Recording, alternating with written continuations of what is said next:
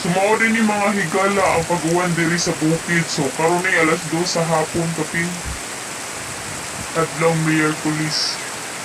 So katong nas 2 sa pa bantayin ta na inyong mga anak kay klaro kayong dako yung baha ron.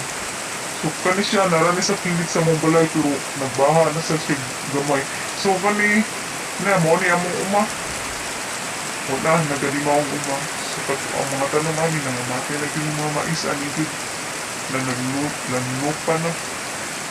So our lang yung tanim sa itong mga anak nabantayin taon, dilin taon pa duwaong din sa mga sapa, duol. Kay, ang pay kayo sa mga bata mo gawas-gawas sa uwan. Pikusuga sa uwan yun. So bantayin na inyong mga bata diha. Tabi na doon sa sapa. Ilayo yung taon sila sa sapa kay kuyaw kayo sa baha. So our lang yun ta. Bantayan nato itong mga anak. Kay kuyaw kayo ron. Uwan na. Kaproting kusugag yun. Amping tatanan.